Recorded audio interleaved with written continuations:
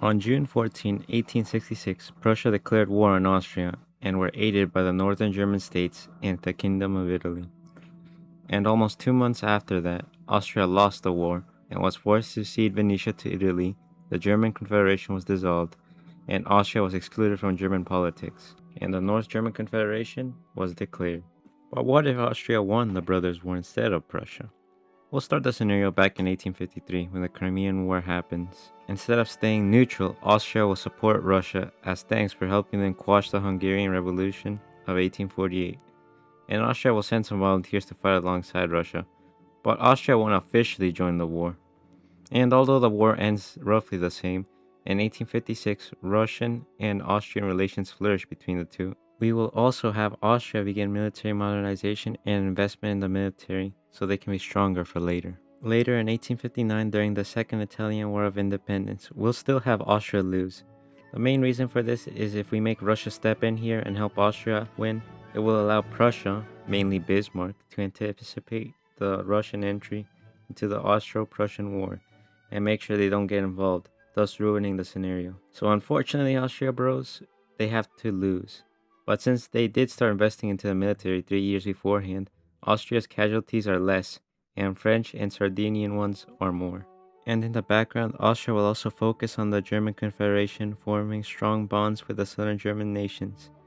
After the Second Schleswig War of 1864, Prussia and Austria occupied Schleswig and Holstein. In the afternoon of May 7, 1866, Bismarck is taking a stroll when suddenly he's gunned down by an assassin. The assassination of Bismarck is mourned by Prussia, as they just lost their most brilliant diplomat and strategist. Many in Prussia then blamed the orchestration of the plot on the southern Germans. As tensions rise, the German nations mobilize. Before the Schleswig-Holstein dispute is even brought to the German Diet, Prussia preemptively invades Holstein. While the German Confederation is still in shock of the act, Prussia invades Hanover and Saxony on a pretense that the German Confederation was going to strike first. It is only then when Austria and the southern German states declare war against Prussia and the northern German states. Soon Italy joins the war against Austria, hoping to gain Venetia.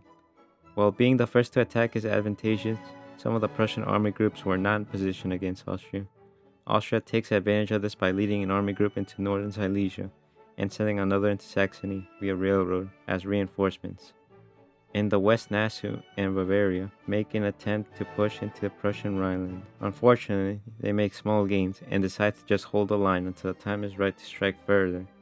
In the south, Italy rushes the Austrians, and they manage to go into a little bit of Venetia.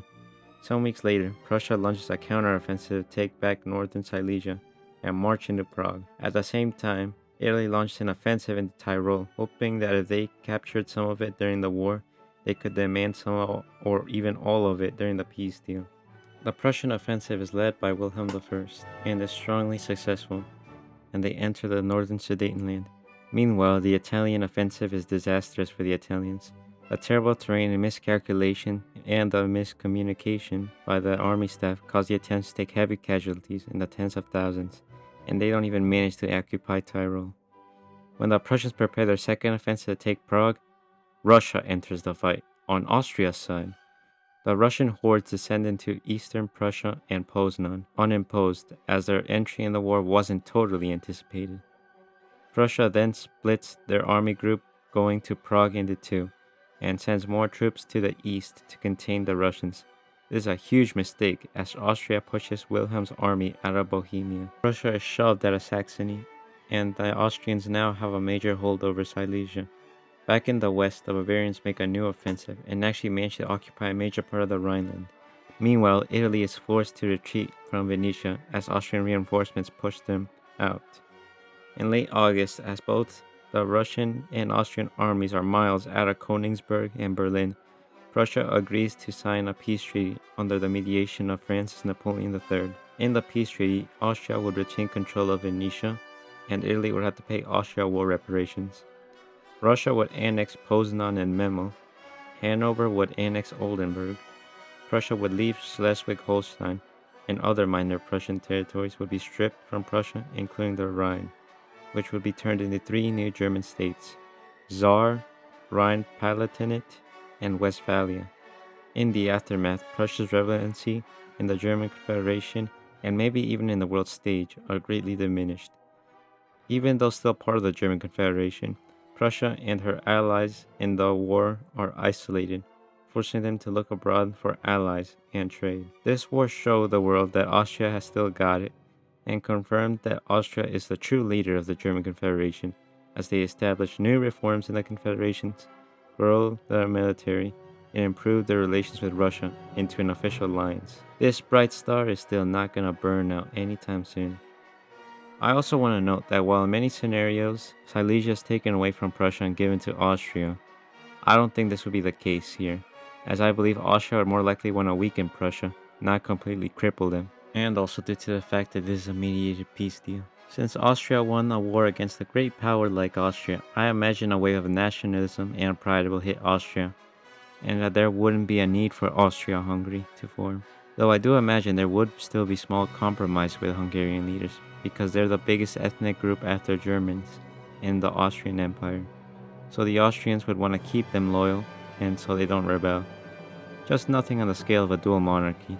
Another consequence of Prussia losing is no Franco-Prussian War, and since I doubt France or Austria would want to fight each other, that means the Second French Empire will live on.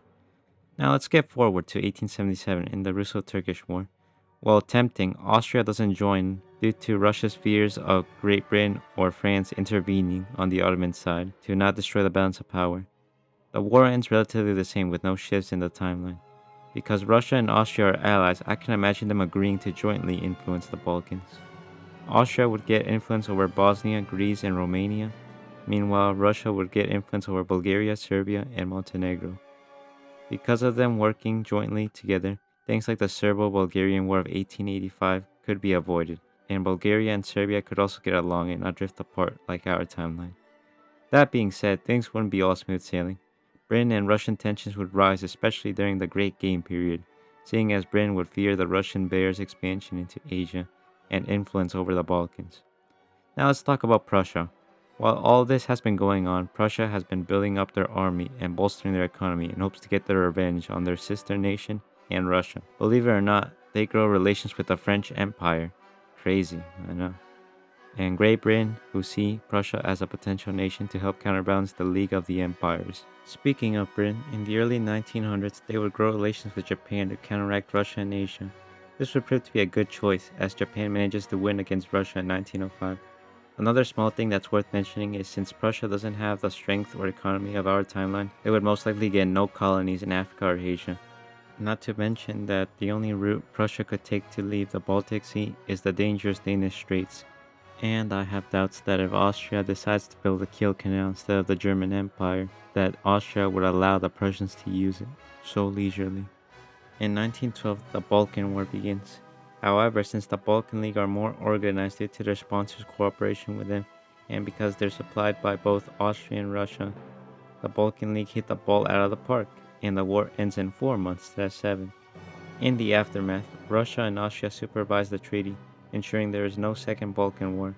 Not everything is good in the Balkans, however, as nations want some of each other's land, like Bulgaria and Serbia, and also our spaghetti-eating friend Italy still wants Phoenicia from Austria, and then some. How World War I starts is difficult to say, as there's many factors and some factors that are removed from this scenario. Although it's obvious who would be on what side, and it looks like the Entente in this scenario have the obvious advantage in the near future. Alright guys, that's the end of the video. I'll potentially make a part 2 in the future showing what a World War I and post-World War I would look like in this alternate scenario. I hope you enjoyed. You like and subscribe to motivate me to make more of these. And I like to thank the subscribers I have right now for sticking with me after not uploading for a hot minute. So I'll see you in the next one. Peace.